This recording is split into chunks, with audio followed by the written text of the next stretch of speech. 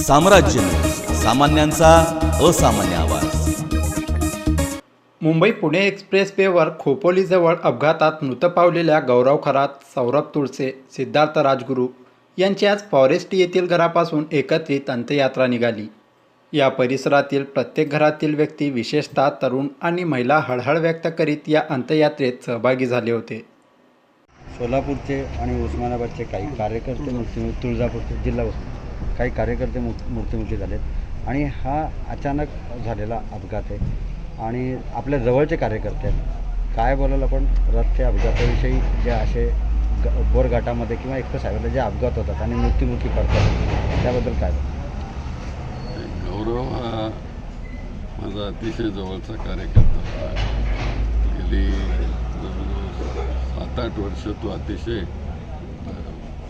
तळमळीने काम करणारा, मग ते ग्रामीण भाग असो किंवा शहर असो, या सगळ्या ठिकाणी जाऊन काँग्रेसचं कार्य करत राहणारा, अतिशय अडचणीच्या काळामध्ये त्यांनी काम केलं. मला आठवतं की लोकसभेची जी निवडणूक होती त्यामध्ये प्रकाश आंबेडकर उभे होते, तरी पण हा आमचा कार्यकर्ता काँग्रेससाठी रात्रंदिवस झटणारा, पण तो त्याच्याबरोबर कधी गेला नाही.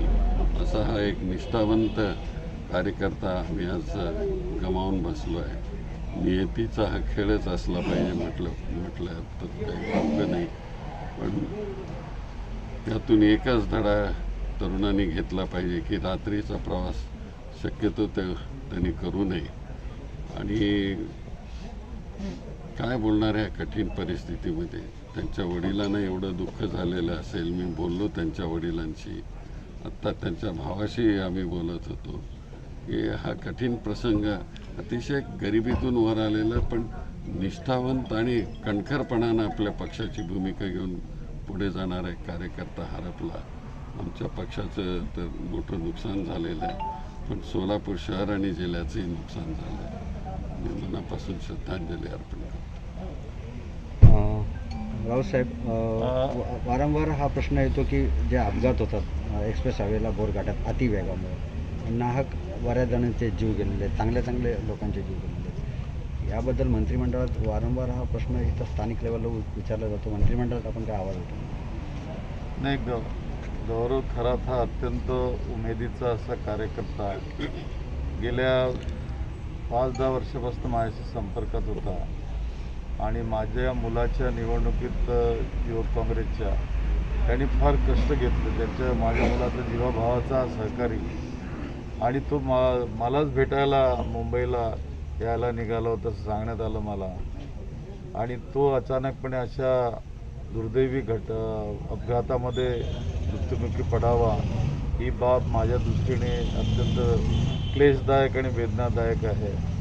आणि हा दुर्दैवी अपघात झाला एक असा कार्यकर्ता की जो काँग्रेसला पुढे जावं यासाठी रात्रंदिवस एक करणारा, सर्वांना सोबत घेणारा आणि कठीण प्रसंगी उभा राहणारा, जसं शिंदे साहेबांनी सांगितलं.